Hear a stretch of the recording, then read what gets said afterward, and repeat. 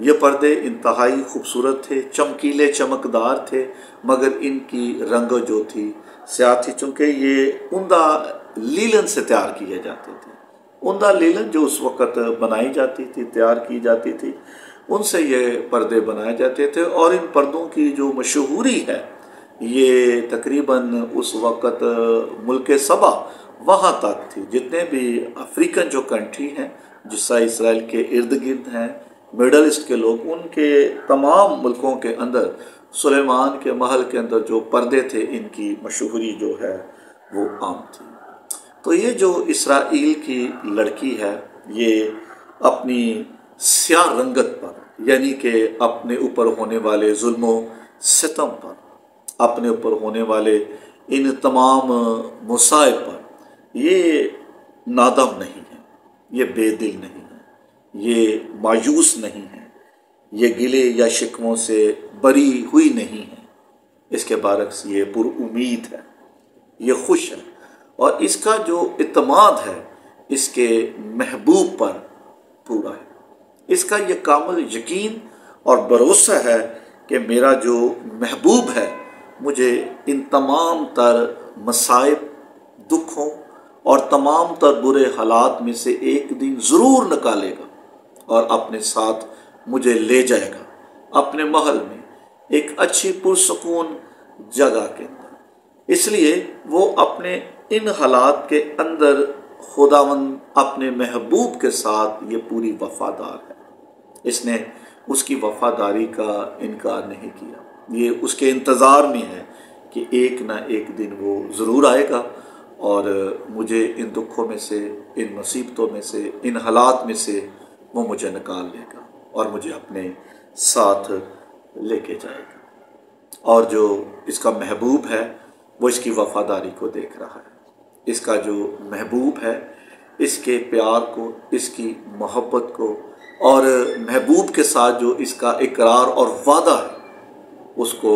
یہ پورے طور پہ جانتا ہے، اور اسے پتہ ہے کہ میری جو محبوبہ ہے وہ میری وفادار ہے۔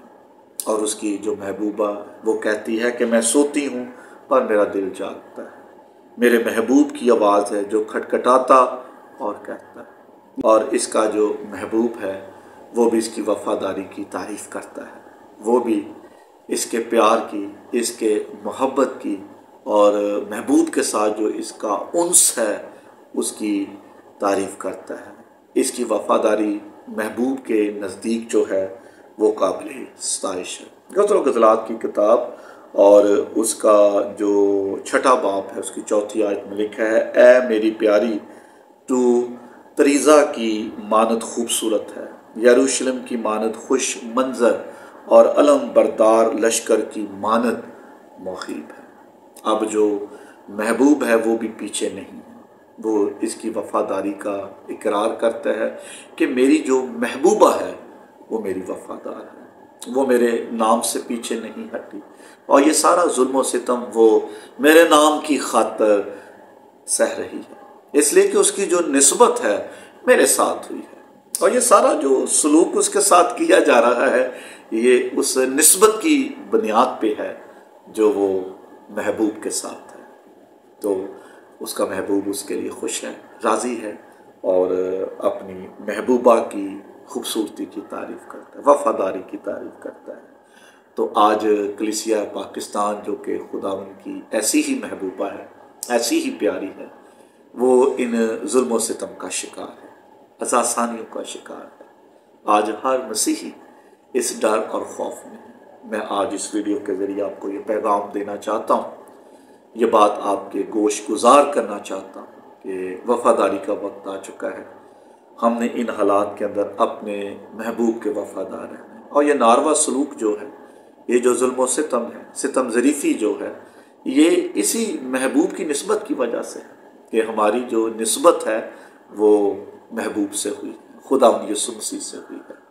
تو ایمان رکھیں، امید رکھیں کہ جو ہمارا محبوب ہے، ہمارا جو دلہا ہے، وہ اپنی محبوبہ کی، اپنی منگیتر کی ان ساری مشکلوں سے باخبر ہے، اور یقیناً ایک دن آئے گا کہ وہ اپنی محبوبہ کو ان تمام تر مشکلوں، پریشانیوں سے نکال کر اپنے ساتھ بادلوں پر لے جائے گا۔